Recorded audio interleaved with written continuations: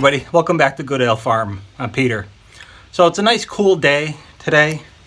It's Monday after Independence Day, or basically the 5th of July today. And I figured it's a good opportunity to do some preventive maintenance on my lawn equipment. I noticed one of the belts was just on its last leg, so I figured I'd take care of it before I'm in the middle of a job and it blows out on me. So thanks for tuning in. Yeah, so what I'm going to work on today is this. It's a 60-inch trail mower. The brand name is Swisher. Now, I'm not a professional landscaper like those guys up in Tyneck, up in Southwick, Mass. Those guys are top-notch, good professional landscapers.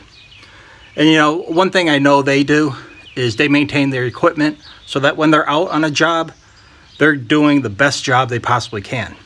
So I learned from professionals like that when the time is right, take care of your equipment. Because nothing worse than being in the middle of a cut, in the middle of a job, your equipment goes down, you need a part, you don't have it, everything comes to a screeching halt. So, good news is, I have a belt. I ordered it. I have it in place before the old belt broke. It's nice and cool out today. I'm going to take advantage of it. Replace that belt. Alright, if you have one of these, I'm going to make this basically an instructional video. The first thing you do is remove these two metal plates. You got a nut holding this one down and a nut holding this one down. You take the nuts off and you kind of jimmy it out of this metal casing, and that will expose the belts. Alright, with those plates removed, you can see this belt system, which is the one I'm going to replace. And now if I bought the right belt, it's a 122.5-inch belt, half-inch V belt. Now this belt, as you can see, goes around a combination of pulleys on this side and on that side over there.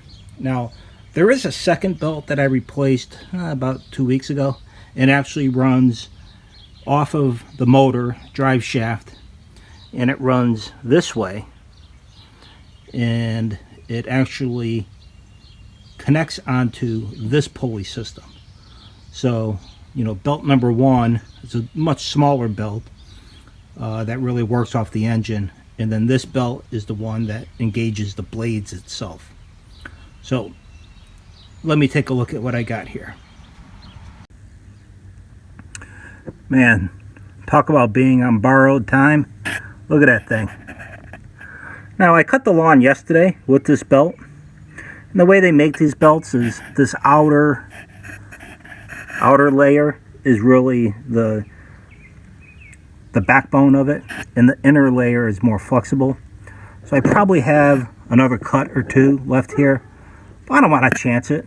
You know, my luck, if I went to go cut the lawn today, that would break. Look at that. Wow, good thing I'm on it today.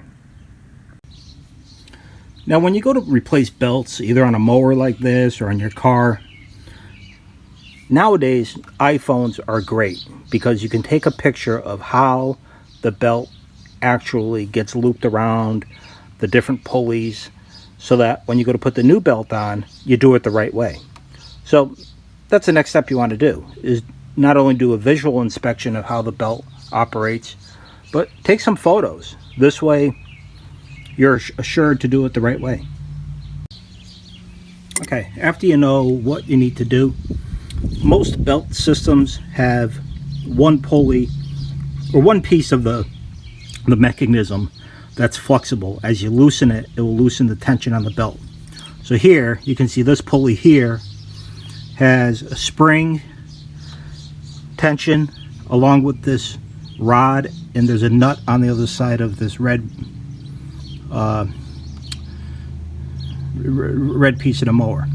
So I'm going to loosen this up, which will bring the tension off of this pulley, and will loosen the belt enough for me to slip it off, and then I'll slip the new belt on and tighten it back up. All right, here we go. Disconnected that, and you can see here, nice and loose. See how it swivels like that? So now we're good. So what I'm gonna do, take the new belt, and as I take the old belt off, I'm just gonna put the new belt on. Pretty as simple as that.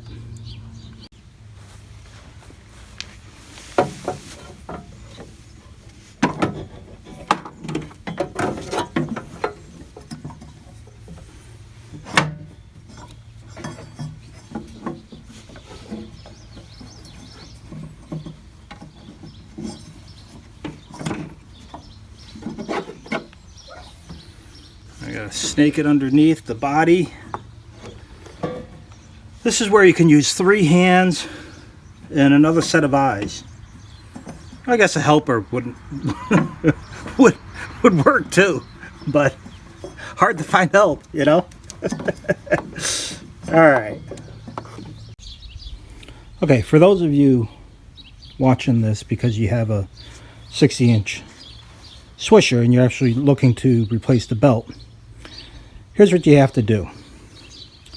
I mentioned before that there's 2 belts. You got the belt I'm replacing, and then the shorter belt that runs around the drivetrain up top here.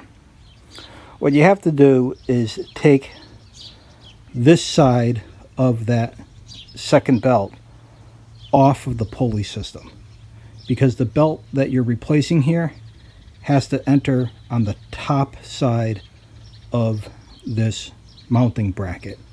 So this mounting bracket and the pulley that's underneath it, there's a slight gap between, because this pulley up front here is actually fastened to the deck itself. So it's free up top. So you take the belt you're replacing and snake it in between this frame and that pulley.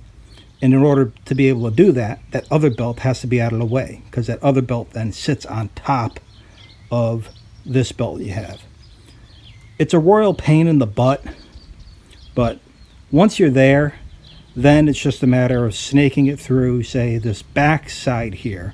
Again, leave the old belt in place because it's so helpful for a reference.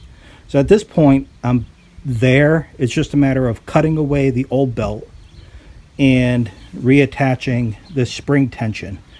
And hopefully it's as simple as that. All right, keep our fingers crossed. All right, so to cut away the old belt, have the trusty Harbor Freight scissors and a pair of pruning shears. So let's try the scissors first, and I'll go right where it was weak. Look at that, beautiful, beautiful. The scissors break. There you go. These things are old anyway. So, all right, put those off to the side. Try the shears, pruning shears. Should do the trick. There we go. Pruning shears, they never let you down. I mean, you know, you can use these things for a variety of applications. So glad we had these. As far as the Harbor Freight scissors, anyone who goes there, you know, you're not buying anything long term. You use it 2 or 3 times, you're lucky. All right, time to throw these out. All right, with the old belt out of the way, do a visual inspection to make sure the new belt is in the grooves of all the right pulleys. You have, you know, this pulley here, you got the one under this main frame, you got this one here, this is the tension pulley, and then you got the one way over there. So they're all basically in position. Now what I have to do is take this. You really need 3 hands for this, but I'm going to grab that, muscle it over into the hole, wherever the hole is, somewhere over here, and then with the nut, with one hand, tighten the nut, the other hand, I'm cranking this one forward. Wish me luck, guys.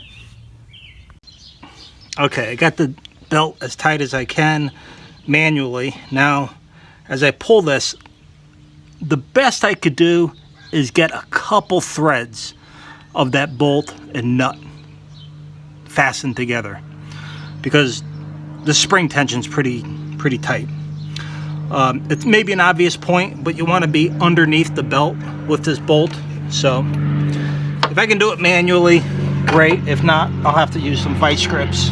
Holy sheets. All right, not as strong as I used to be. I ain't as good as I once was. All right, follow me along here. That bolt and nut needs to go into a hole over here, and I just don't have the strength to pull that way. So here's what I'm gonna try to do. I have the crowbar, and the tip of the crowbar has that little notch. I'm gonna put the notch on this side of that nut and basically pull that into that hole. But what I have up here is a C-clamp on the crowbar and the trusty come along hooked up to a stationary object that hopefully with the come along and the crowbar I'm actually able to pull that nut on with one hand, and the other hand actually pull the bolt on with one hand, and with the other hand fasten it with the nut. All right, let's see what we got. All right, you do-it-yourselfers will have an appreciation for this. Come along attached to a C-clamp, pry bar with a vice grip on the spring. The come along is putting pressure this way. Bolt goes in underneath the belt. The nut is on. That's what I'm talking about. That's right. All right, I have all the come along pry bar apparatus removed. Pulled the mower away. Here comes the test. We'll put the mower in the on position. Blades are disengaged for now. Start the mower. Engage the blade. Beautiful. Look at that. Almost like I did it. Alright, let's shut it down. Nice. Hey, you know, if you have one of these mowers, one of the tips I heard was when you go to shut it down with the blade mechanism engaged. This way the belts are already under pressure, because if you disengage it while the motor's running, there's more of a likelihood for the belts to slip off. So I figure I'll share that now. All right, so the next step is to put the metal plates back on. They're sitting over there, and I think we're going to wheel this baby back into the barn.